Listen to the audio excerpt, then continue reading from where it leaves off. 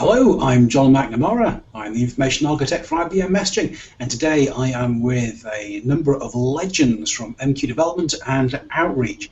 We're going to talk a little bit about MQ, give you an introduction to it, and tell you the sort of problems it solves and why, as a developer, you should be interested in it. Guys, do you want to give us a quick run through and tell us who you are and what you do? Hi, so I'm Matthew White from the MQ development organisation, and I'm one of the architects responsible for Java, JMS, and our integration with the Java Enterprise Stack. And I'm Joshua Carr. I work in IBM Developer Outreach. Awesome, gents. So let's start with IBM MQ. Matt, do you want to give us a quick overview as to what the product does and the sorts of problems that it solves?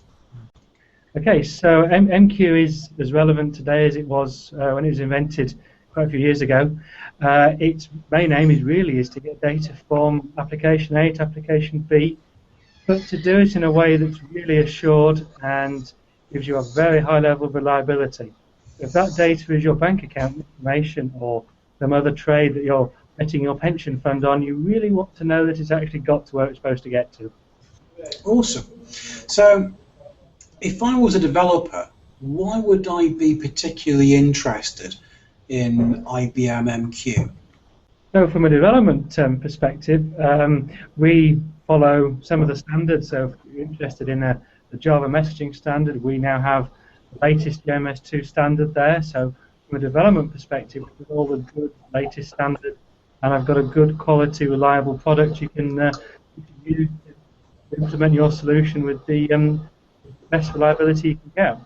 If I understand correctly, we've got a product which helps users send messages from A to B securely with assured delivery. So you're not worried about messages getting lost, and it also reduces complexity for the developer administrator in enabling that infrastructure to be created. And developers are keen because it removes all of the, I guess, the plumbing that they would have to contend with when they're developing. That's all there for them, and they can simply put and get a message from the queue.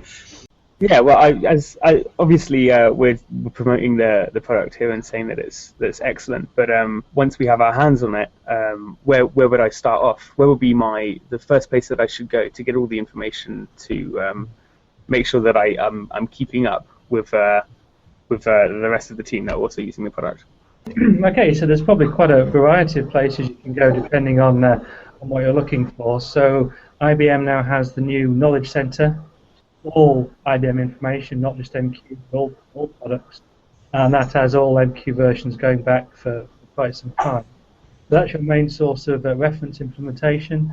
Also, there's lots of how-to guides in there, scenarios in there for setting up various different situations that you might find useful and are good for that. So that's the IBM-centric documentation.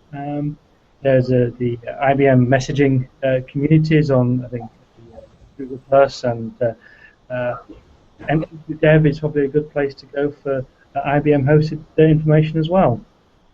Would places like Stack Overflow still be relevant if I wanted to ask a direct question? Are we active on those communities? Yes, so Stack Overflow is another place you can go as well. There's quite a few IBMers and also other people very experienced in the MQ product stack that they're answering questions. So yes, there's a good body of knowledge on Stack Overflow you can go and tap into. And if I wanted to get my hands on MQ today to show it off to maybe the IT decision maker for my company, what could I do to start? It's a good question, because IBM MQ does sort of fill a lot of different roles. So maybe try and find out the scenario you're interested in, and there are some scenarios in the Knowledge Center that could be a good starting point for a demo.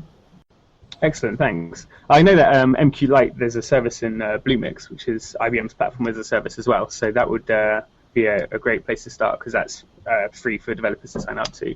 So what I'm going to do is I'll make sure that the notes to the relevant communities are placed in the documentation, the hangout accompanying this wonderful video. And guys, thank you so very much for joining in and chatting. It's been fantastic. Thank you so very much indeed. Take care and bye-bye.